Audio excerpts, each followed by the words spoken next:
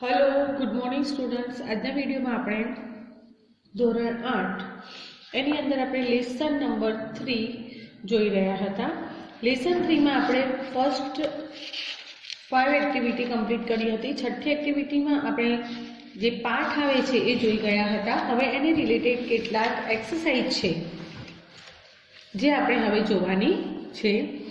Okay, તો હવે આપણે જોઈએ એક્સરસાઇઝ एक्टिविटी 6B कई है। एक्टिविटी 6B एनी एक्सरसाइज आपणे जोईए। बी मार्क ट्रू और false for this sentences. Use T for true and F for false. आपने अहींया वाक्य आप्या छे जो साचा छे तेनी सामे आपेला बॉक्स में आपणे टी करवानुं छे अने खोटा छे तो फॉल्स नो F लखीशुं। ओके, पहलो सेंटेंस है अमित लिव्स इन आसाम। अमित आसाम में रहे छे तो फॉल्स। अमित क्या रहतो हतो तो गुजरात में, एटले सेंटेंस फॉल्स। नेक्स्ट है Bhupen and Amit are friends. Bhupen और अमित मित्रों हता तो ट्रू, एटले टी। Gir forest is famous for lions. Gir forest सिंहों माटे प्रख्यात छे तो साचुं, एटले टी। Assam lies in the north east of India. Assam छे ए उत्तर अने पश्चिम साइडे, भारतनी उत्तर पश्चिम साइडे आवेलू छे तो ट्रू, विधान साचुं छे। नेक्स्ट छे Amit and Bhupen were walking along the Brahmaputra river. Brahmaputra river नदीना किनारे चाली रह्या हता तो साचुं। हवे जोईए see right who said and who listen. आपने नीचे वाक्य आप्या छे, वाक्य कोण बोले छे अने कोण सांभळे छे ते लखवानुं छे। फर्स्ट छे why are all the trees so tall. बधा वृक्षो એટલા ઊંચા કેમ છે? તો આ સેન્ટેન્સ કોણ બોલે છે? અમિત। અને કોણ સાંભળતું હોય છે? ભૂપેન। કોણ છે? ભૂપેન એનો ફ્રેન્ડ। એ આસામમાં આવે છે અને બધા ઊંચા ઊંચા વૃક્ષો જોઈને નવાઈ લાગે છે કે બધા વૃક્ષો કેમ આટલા ઊંચા છે, એટલે એને ક્વેશ્ચન કરે છે। He is going to attack us. કે તે આપણી ઉપર અટેક કરશે, હુમલો કરશે, તો ભૂપેન બોલે છે। કોણ સાંભળે છે? અમિત। જ્યારે એલિફન્ટ છે એમની નજીક ને નજીક આવી રહ્યો હોય છે અને ગુસ્સામાં હોય છે ત્યારે ભૂપેન અમિતને કહે છે will we C any elephants. શું આપણે કોઈ હાથી જોઈ શકીશું? તો અમિત કહે છે અને ભૂપેન સાંભળે છે।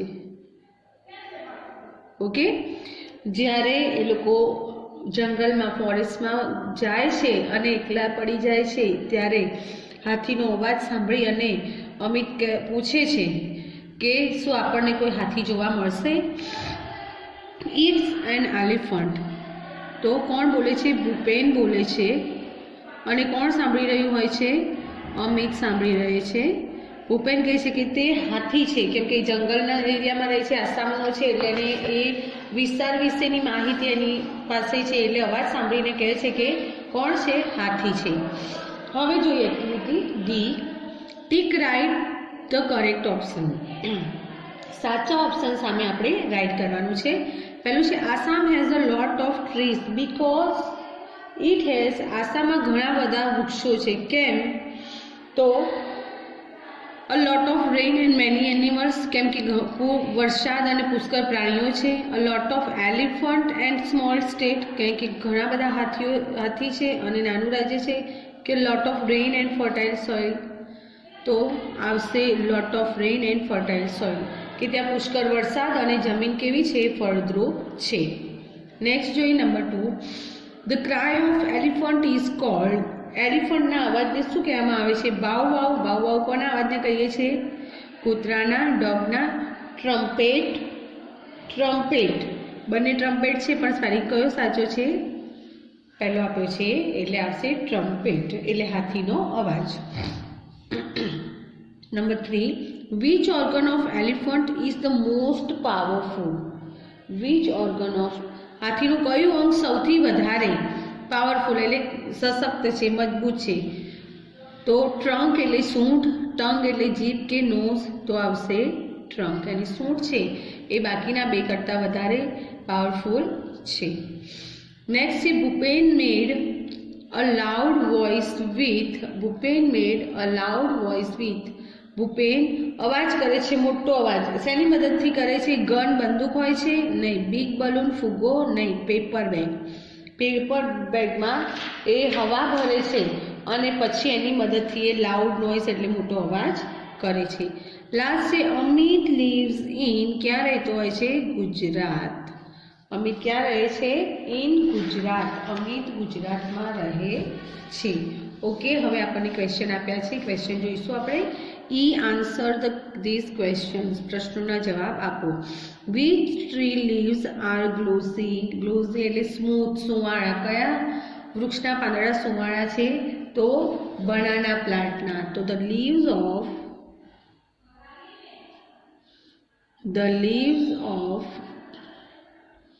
the banana plants are glossy. Okay, next question જોઈએ. what did Bhupen tell about Assam. Bhupen Assam વિશે શું કહે છે? તો ત્યાં પુષ્કળ વરસાદ પડે છે. જ્યારે અમિત પૂછે છે કે અહીંયા આટલા વૃક્ષો ઊંચા કેમ છે, તો ભૂપેન said that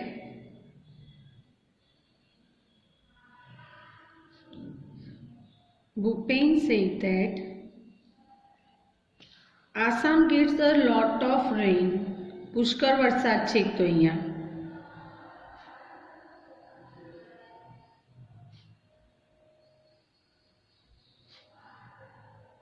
અને બીજું શું છે? તેની જમીન છે ફર્ટાઇલ છે, ફળદ્રુપ છે. The soil is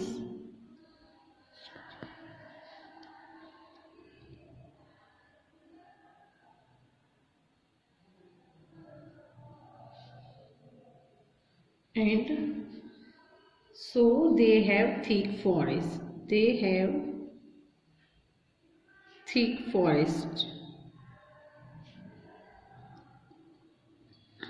okay, next છે આ ઉપરનું છે, અહીં અંડરલાઈન કરી દઈએ. Okay, Amit was excited because. Amit એકદમ એક્સાઇટેડ, ઉત્તેજિત હોય છે. કેમ?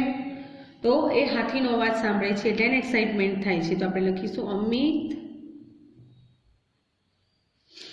was excited. આટલું ક્વેશ્ચનમાંથી આવશે. અમિત was excited because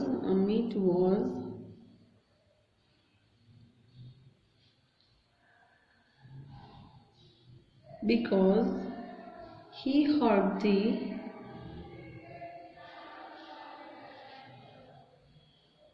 હાથીનો અવાજ, જેને આપણે કહીએ છીએ trumpet of an elephant.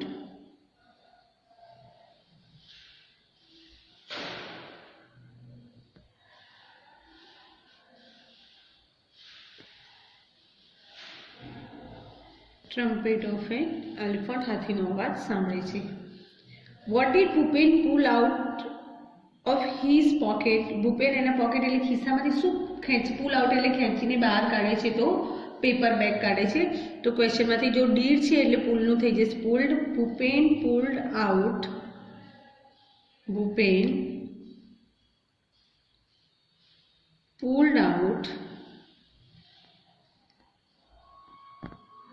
a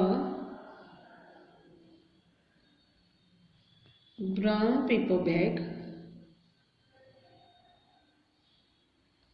from his pocket.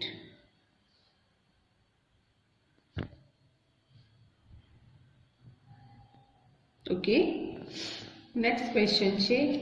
The elephant trumpeted loudly because. હાથીએ મોટેથી ટ્રમ્પેટેડ અવાજ કર્યો, હાથીનો અવાજ કર્યો.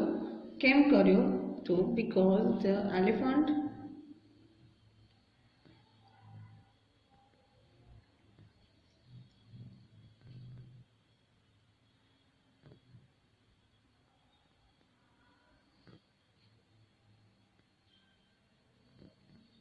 loudly because. જો આટલું ક્વેશ્ચનમાંથી છે he heard the voice of.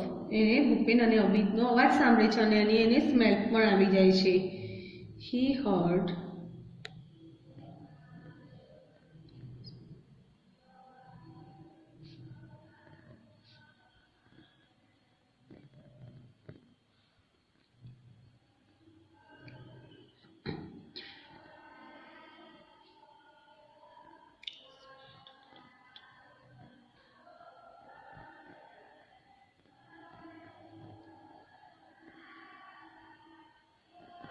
Okay, જોઈએ આગળ next question.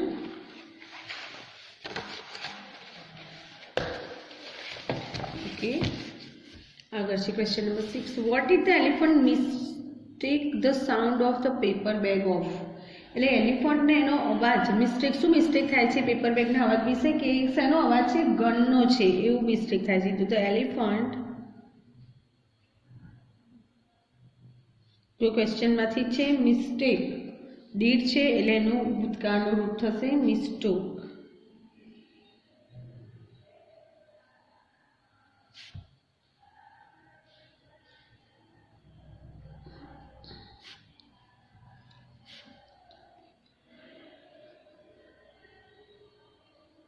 The elephant mistook the sound of the paper bag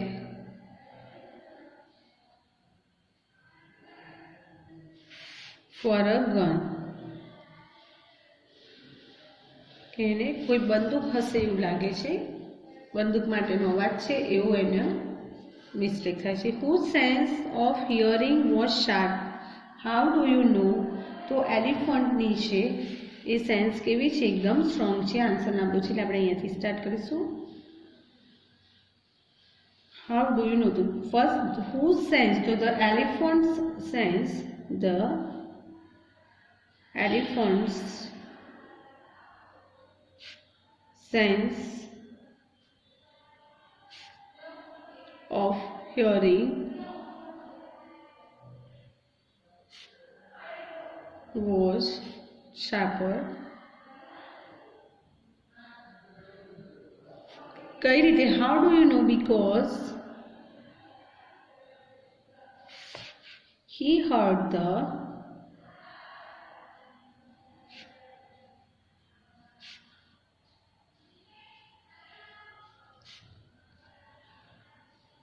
voice of the boys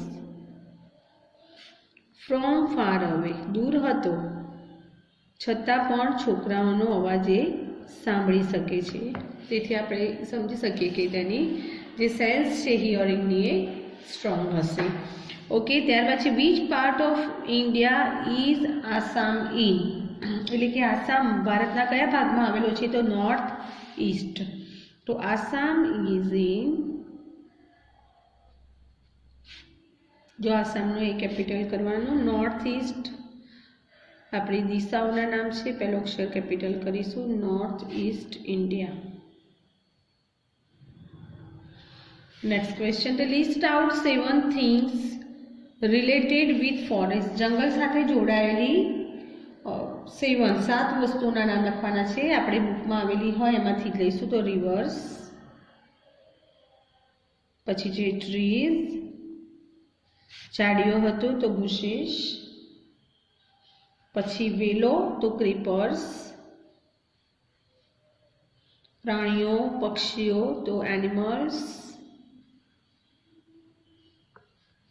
birds